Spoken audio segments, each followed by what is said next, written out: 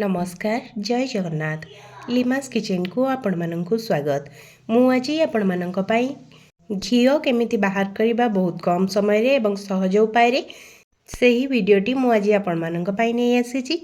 आपण माननकु वीडियोटी जदि भलो लागे ताहाले मो चैनल को सब्सक्राइब करंतु, वीडियो को गोटे लाइक करंतु, वीडियोटी को स्किप न करी मूलर शेष पर्यंत देखंतु। आपण निश्चय जानि परिबे जे एते सहज उपाय रे घिओ केमिति बाहरी पारुची आ आपण माननकु परिश्रम बेसी करिया पई पड़िबनी कि दही आ बुलेबा पई पड़िबनी किंबा ग्राइंडर रो आवश्यक आपनकु आ पड़िबो नाही। चलंतु आरंभ करिबा वीडियोटी। प्रथमे मु एठी 15 दिन पाखा पाखीर सरकु गोटे डब्बा रे स्टोर करके रखिथिली। मु एई सरकु फ्रीजर रे स्टोर करि नेथिली। तापरे मु ताकू आधा घंटा पाखापाखि बाहर रखिला परे फ्रीजर रु बाहर करके तापरे मु एठी गोटे बड़ जगह रे बाहर करि नेछि सब सरकु। मु एठी 1 लिटर क्षीर को प्रत्येक दिन गरम करके तार सरटा ही केवल बाहर करके रखी दिए। मु एथिरे जमा भी क्षीर ऐड करेनी। यही प्रोसेस टी आपण पूरा ध्यान रे देखंतु, जमा भी स्किप करिवे नाही वीडियो। मु एठी सब छोट छोट टिप्स आपण मानक सहित शेयर करिवि। मु एठी जो डब्बा रे सरकु रखिथिली सेई डब्बा रे पानी टिके देकी भलो भाबरे धोई नेछि एवं आमे बे पानी सहित सर सब को भलो भाबरे मिसेबा। प्रथमे तापरे सेथिरे आउ किछि पानी देकी आमे भलो भाबरे गोळेई नबा जेमिति सर सबू टिके भलो भाबरे मिसी जिवो पानी सहित। तापरे देखंतु मु एठी आउ गोटे ग्लास पानी मध्ये ऐड करिछि। एथिरे हमकु पानी टोटल मु 3 ग्लास पानी देइछि। मु एठी गोटे डब्बा सर सहित 3 ग्लास पानी माने 750 पाखा पाखी पानी देकी ताकू एबे गैस रे बसई नेली। गैस रे न बसैले सर हमर भलो भाबरे मेल्ट हो नाही, तेणु आमे गैस रे ताकू गरम करिबा जे पर्यंत सर भलो भाबरे मेल्ट हो जाइनी पानी सहित सेते पर्यंत आपण गरम करिवे। ताकू जमा भी उतरेइबे नाही, नहले एटा नष्ट हो जिवो। सर अंश जहा भी घिओ थिबो सर रे से सब नष्ट हो जिवो। आपण जेते बेले देखिबे सर पूरा पानी सहित मेल्ट हो गलानी, पूरा क्षीर भली देखा जाउची, तापरे आपण गैस र फ्लेम को ऑफ कर देबे। जमा भी क्षीर को उतरेइबा को देबे नाही। क्षीर सर को आपण सब बेले फ्रीजर रे ही स्टोर करके रखंतु। एमिति हेले क्षीर सर जमा भी खट्टा हबो नाही एवं घिओर भी मध्य कोनोसी स्मेल आसीबो नाही। तापरे आपण जेते बेले घिओ बनेबा पई बाहर करिवे ताकू आधा घंटा नहले 45 मिनिट पाखा पाखी बाहर छाड़ी दियंतु। टिके नरम हे गला परे जेते बेले जोथिरे आपण रखिथिबे जो पात्र रे सेटा जेते बेले बाहरी जिवो आराम से, तापरे आपण गोटे बड़ जगह को बाहर करके सेतरे पानी ऐड करंतु। तापरे आपण ताको गैस रे बसंतु, गरम करंतु। मु जेमिति प्रोसेस रे करूची एठी देखंतु मोर क्षीर टिके फुटी आसलानी। मु संगे संगे गैस रे फ्लेम को ऑफ कर देछि। तापरे मु एठी गोटे ग्लास रो पूरा पानी नेछि। मु एठी पूरा नॉर्मल पानी ही नेछि। तापरे ताको गोटे साइड रे रखी नेछि। आपण सब बेले डिश हो किबा एई भली जगह ही नेबे। आपण जदि डेक्ची रे नउचंदी ताले एई ग्लास बसेया पई सुविधा हो नाही। तापरे हमें ताकू राति सारा फ्रिज रे रखी नबा। मु एटा संध्या बेले ही वीडियो बनाउची।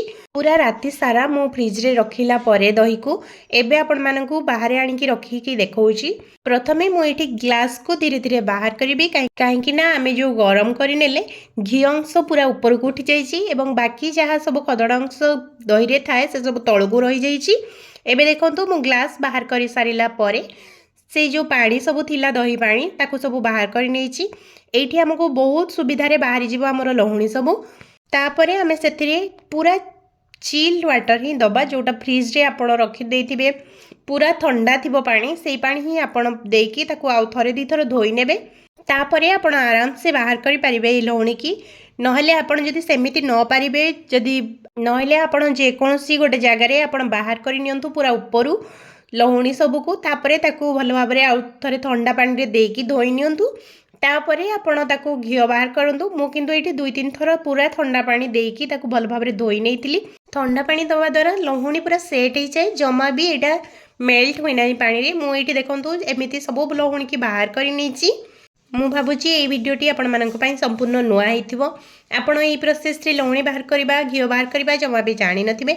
जदि जानि चंती ताहले मते कमेंट बॉक्स रे निश्चय जणैबे। जदि जानि नहंती ताहले निश्चय एई भली भाबरे बनांतु। आपण को आ दही मंथिबा पई पड़िबोनी कि ग्राइंडर रे आपण को ग्राइंडिंग करके आ लहुणी बाहर करिया पई पड़िबो नाही।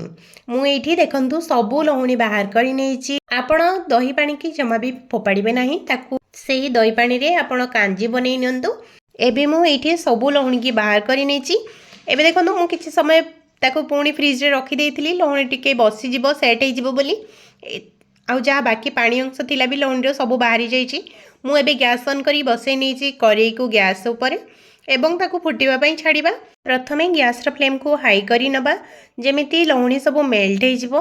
तापरे हमें गैस फ्लेम को लो करी नबा। मु इठी आपण माननकु गोटे कथा कहया पई चाहिबी, जदि आपण माने प्रथम थर मो वीडियो को देखुछंती ताले मो चैनल को सब्सक्राइब करंतु, वीडियो को गोटे लाइक करंतु। आपण माननक भल पाइबा ही मो पई आशीर्वाद। मु आगो को जाई परिबे आपण माननक भल पाइबा पाइले ही एवं मु सुंदर सुंदर नुआ नुआ वीडियो आपण माननक पई आनिबा पई चेष्टा करिबी। जो माने सब बेले मो वीडियो देखुछंती एवं जो माने एबे मध्य देखुछंती से माननकु मोर हृदय रु बहुत सारा भल पाइबा। सबु बेले एमिति मो वीडियो देखुतांतु, मते बहुत सारा भल पाइबा दियंतु। आपण माननक भल पाइबा ही मते आगो को नै परिबो। मु एठी किछि समय परे आपण माननकु देखाउछि। देखंतु घिओ हमर बाहरिबा स्टार्ट हे गलानी। घिओर जो तळे धळा अंश बसी जाइछि, आपण चाहिले एठी मध्य बाहर करि नै परिबे। एटा नै कि आपण जे कोनोसी मिठार रेसिपी मध्य बनै परिबे। मु थरे निश्चय आपण माननक पई एई घिओरु बाहरुथबा कुररु आपण माननक पई गोटे मिठार रेसिपी आनिबा पई चेष्टा करिबी। जदि आपण माने चाहुचंती ए मिठा रेसिपी मु आपण माननक सहित शेयर करे ताले मते कमेंट बॉक्स रे जणैले मु आपण माननक पई वीडियो आनिबी। नहले आपण माननकु जदि घिओ कुर पसंद ताले ताकू मध्य आपण घिओ हेई सारिला परे मध्य बाहर करि पारिबे। मु किंतु एठी बाहर करी नाही। एठी घिओ हमर पाखा पाखी हेई आसलानी। जेतेबेले घिओर फुटिबाटा कम हेई जिवो सेतेबेले जानिबे आपणकर घिओ पूरा परफेक्ट हेई जाइछि। तापरे आपण बंद करि नेबे। नहले आपण जेतेबेले घिओरु फुटिबार जो फेण फेण ऊपर को उठुची सेटा जितेबेले बंद हो सेतेबेले ही जानि परिबे आपणकर घिओ पूरा परफेक्ट हो जाइछि। आपण जदि घिओ को अधिक दिन स्टोर करी रखिबा पई चाहुचंती ताहले आपण सेथिरे 2-3टा लवंग पकई नियंतु। देखिबे आपणकर घिओ बहुत दिन पर्यंत रहिबो। घिओ आपणकर बनिकी रेडी होला परे आपण जतेबेले गैस फ्लेम को ऑफ करिवे सेतेबेले ही लवंग सेथिरे ऐड करी नियंतु। देखिबे आपणकर घिओ बहुत दिन स्टोर हेकि रहिबो, जमा भी खराब होबनी। एमितिरे भी घिओ जदि आमे परफेक्ट बनैकी रखिछंती ताहले घिओ बहुत दिन पर्यंत रहे, जमा भी खराब हुएनी। मोर एठी घिओ कुरो देखंतु पूरा कलर चेंज हो गलानी, पूरा ब्राउन कलर आसी गलानी। घिओ मध्य फुटिबा कमी गलानी धीरे धीरे। आउ किछि समय भितरे मो गैस फ्लेम को ऑफ करि नेबी। मोर एठी केते सारा घिओ बाहरी थिला आपण तो स्टार्टिंग नु देखिथिबे। एबेठु आउ आपण माननकु बेसी परिश्रम करिबा पई पड़िबनी। बहुत सहज उपाय रे एवं बहुत सुंदर भाबरे बहुत सारा घिओ बनांतु। एवं वीडियोटी केमिति लागिला मते कमेंट बॉक्स रे निश्चय जणैबे। देखा बा पुणी गोटे नुआ वीडियो सहित। सेतेबेले जाय विदाय दियंतु। रहिली। जय जगन्नाथ।